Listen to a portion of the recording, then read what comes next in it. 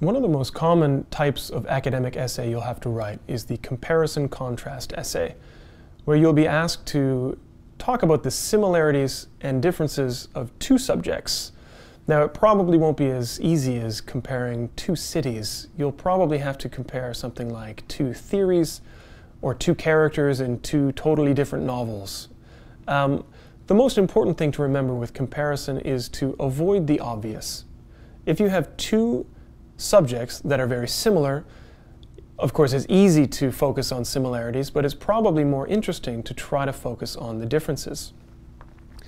Now, before we talk about the essay structure, it's important to mention that you should probably watch the video on basic essay structure first, okay? So the comparison contrast essay introduction is basically the same as the other essays we've discussed. The hook will engage the reader and introduce both subjects, which is very important. The background will give any essential information that the reader needs to understand the main point of the essay. And then the thesis statement will focus the comparison for the reader. Now, I'll mention something about thesis statements in a moment. The main difference between the comparison contrast essay and the other essays that we've discussed is that you have options with this kind of essay. There are really two different options that you can choose from. The first one is what we call the block method, which means you have two body paragraphs that are organized in this fashion. You can have a similarities differences essay, which means you have one paragraph that is entirely focused on the similarities between these two subjects, and one paragraph that is entirely focused on the differences between the two subjects, making sure that each paragraph has a clear topic sentence. Another form of the block essay is what you might call a subject-to-subject essay, which in one paragraph gives all the information about one subject. In the next paragraph, it focuses entirely on subject B. Okay, so that's one option. The second option, and in my opinion the slightly more interesting of the two, is what we call the point-by-point comparison contrast essay, where instead of focusing only on similarities and differences, you choose two or more points of comparison. Now, if, for example, you were comparing two restaurants, certain points that you could use to compare them would be atmosphere, menu, service, and so on. So in the point-by-point body, each paragraph focuses on one point, either with the similarities or the differences. So for example, in that essay about restaurants, paragraph 1 would focus entirely on the atmosphere of both restaurants. Paragraph 2 could focus entirely on the service at both of those restaurants and how they are similar or different. After you've done that, of course, you have your conclusion, which is the same as pretty much all essays that we've talked about. You want to summarize your main points, and you want to end with a final statement to leave the reader with a lasting impression, perhaps a final opinion.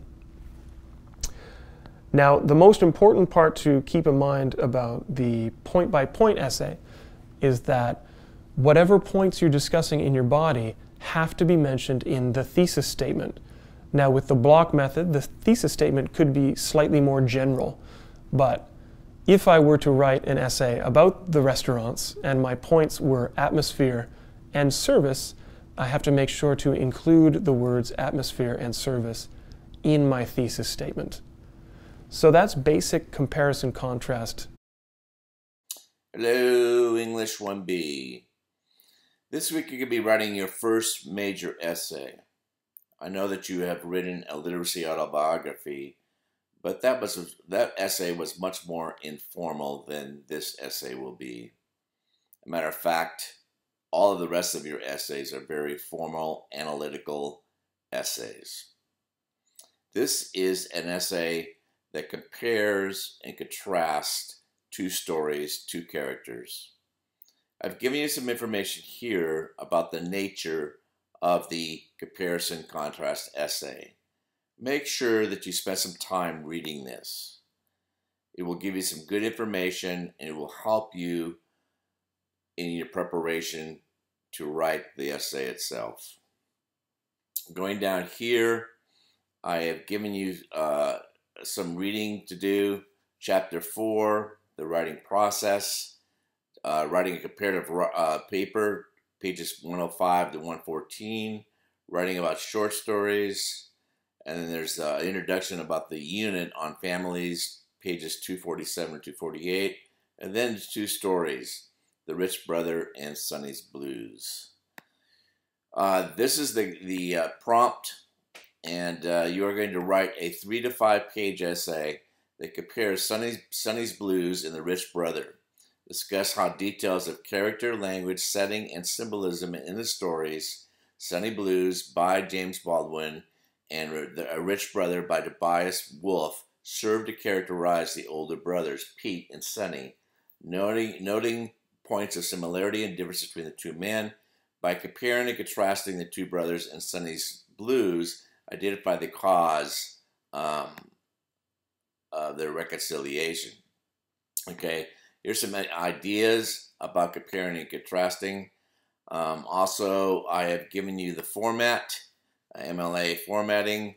If you click on here, it tells you about a thesis. You need to have a thesis in this essay. And most of you understand what a thesis is from English 1A. Also, quotes must use MLA documentation. It gives you an example here. And also write in present tense. Anytime you do analysis, always write in present tense. Okay, I gave you some other ideas here about how to prepare for this.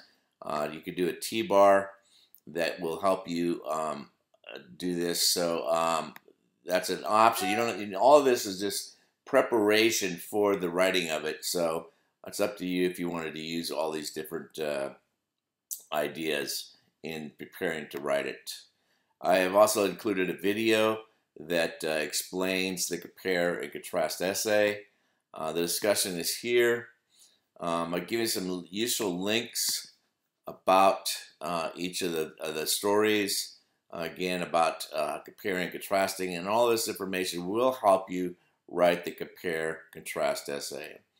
The one thing you will be doing for this essay and the rest of your essays is that you will submit your essay to the Online Writing Center before you actually submit it to me as a final draft. I've given you about a week and a half to do this, but I encourage you right now to go ahead and schedule a time in which you can make an appointment, to talk to a tutor about your essay. They're very helpful.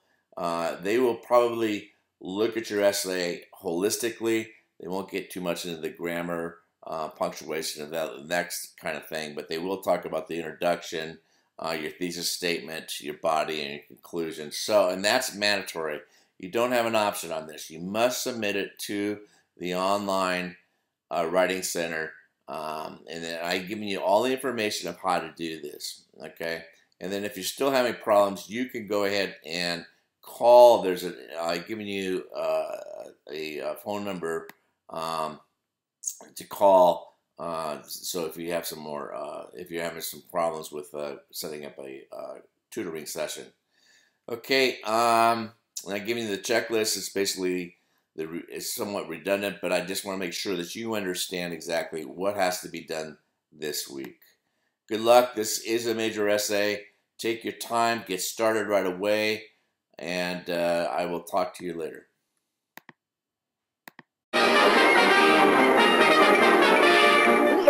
That's all, folks.